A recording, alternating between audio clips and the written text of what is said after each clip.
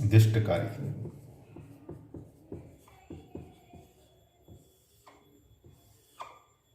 Rectifier जिसे अंग्रेजी में हम कहते हैं।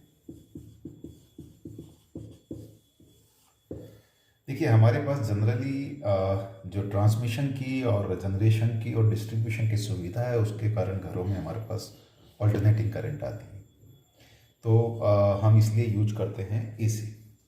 लेकिन इलेक्ट्रॉनिक कंपोनेंट्स को जब इलेक्ट्रॉनिक कंपोनेंट्स को हम कहीं पर भी किसी भी डिवाइस में यूज कर रहे हैं, नॉर्मली वो अपने ऑपरेशन के लिए उनको डीसी की ज़रूरत पड़ती है। तो जब हम एसी को, और ये सरलता से हम कुछ परिपथों से कर सकते हैं कि we convert AC into DC. ऐसे परिपथ जो एसी को डीसी में बदलते हैं वो रेक्टिफायर्स कहलाते हैं। हालांकि हम सबसे सरल रेक्टिफायर्स के बारे में बात करेंगे जो डायोड, सिंगल डायोड या 2 डायोड या 4 डायोड से मिलकर बनते हैं। डायोड का एक प्रॉपर्टी होती है डायोड की कि वो एक दिशा में, एक्चुअली डायोड एक यूनिलैटरल डिवाइस है।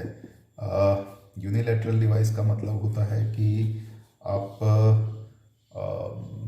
का जो रेजिस्टेंस है या डायोड का जो इम्पीडेंस है वो एक डायरेक्शन में, पोटेंशियल को हम एक पॉलरिटी में लगाएं तो कुछ और होता है और दूसरी पॉलरिटी में लगाएं तो कुछ और होता है। यानी जब आप डायोड को इस तरह से कनेक्ट करते हैं और इस तरह से कनेक्ट करते हैं तो बहुत अंतर होता है। ये जो रेजिस्टेंस है स्मॉल आर मान लें और यहाँ पर कैपिटल आर मान लें, तो small R is much less than capital R. यानी कि जब डायोड को हम रिवर्स बायस में करते हैं तो डायोड लगभग, एक आइडियल यदि कंडीशन में बात करें तो करंट को फ्लो नहीं करने देता और फॉरवर्ड डायरेक्शन में करंट को ईजिली फ्लो करने देता है। इसलिए उसका रेजिस्टेंस आइडियल कंडीशन में ये 0 होता है और आइडियल कंडीशन में ये इनफाइनाइट हम मानते हैं। तो एक डायोड की सहायता से रेक्टिफायर की विवेचना हम देखते हैं और उसमें सबसे सरल सिंगल डायोड। जब हम रेक्टिफायर की बात करते हैं तो हमारे पास रेक्टिफायर 2 तरह के होते हैं। एक होता है हाफ वेव रेक्टिफायर, अर्ध तरंग दिष्टकारी,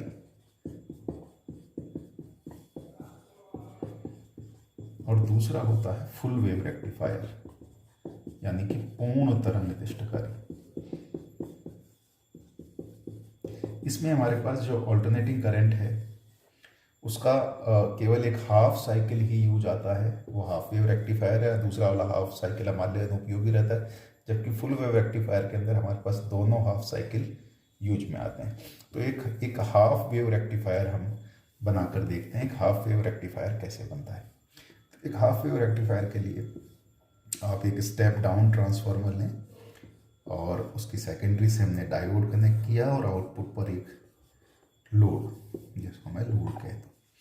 So this is your primary, this is your secondary, this is a step down transformer। ये एक्चुअली हमको जब भी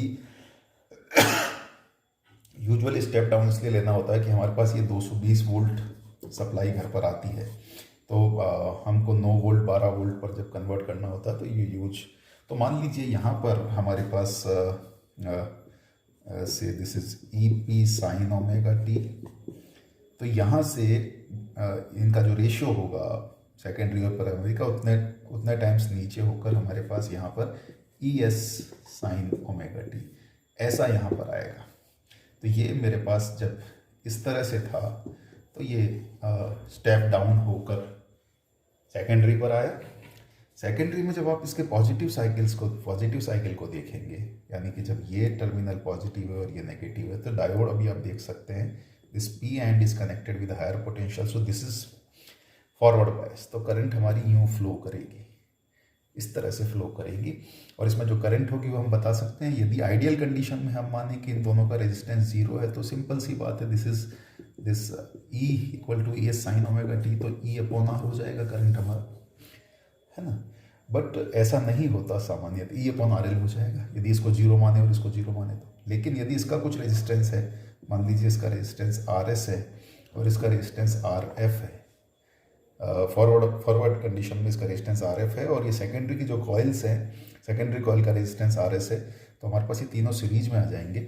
अब यदि मैं इन दोनों को यदि इसकी बात करूं तो मेरा जो करंट होगा फॉरवर्ड डायरेक्शन में ये होगा E upon RS plus RF plus RL। और ई बराबर यदि हम रखें तो ई एस साइन ओमेगा टी, यानी हमने फॉरवर्ड बायस में ये करंट आने वाला है जो साइनसोइडल होगा। रिवर्स बायस में जब हम बात करें, जब अगले नेगेटिव साइकिल आएगा इसका, तो ये पोलरिटी बदलकर उल्टी हो जाएगी। इस समय डायोड रिवर्स बायस हो जाएगा। रिवर्स बायस होने के कारण इसका रेजिस्टेंस काफ़ी बढ़ जाएगा। तो हमारे पास इसका रेजिस्टेंस मान लीजिए मैं इसे कहूँ आर रिवर्स बायस में। ये तो क्योंकि बायलेटरल डिवाइस है, कॉइल है सिंपल, इसलिए दोनों समय में चाहे आप पोलरिटी यूँ रखें या यूँ रखें, आर ऐसी रहता है। ऐसी स्थिति में जो करंट होगी वो कितनी होगी? तो करंट लगभग इनफाइनाइट, ये आइडियल केस में मैंने कहा था इनफाइनाइट होता है, तो this E upon infinite is zero ideal case में। और यदि हम वैसे देखें तो ये हो जाएगा E S sine omega T upon R, R plus R S plus R F, ये रिवर्स बायस में होगा। तो ये हमारा हो गया फर्स्ट साइकिल में, फर्स्ट हाफ साइकिल, और ये सेकेंड हाफ साइकिल। ये लगभग आइडियल केस में दिस इज जीरो। तो हमारा यदि हम इसको बात करें कि मैथमेटिकली मुझे लिखना हो तो मैं बता सकता हूँ क्या होगा मैं पहले ग्राफिकली बात करूँ तो मैंने ये इनपुट दिया था, तो आउटपुट क्या मिलेगा मुझे?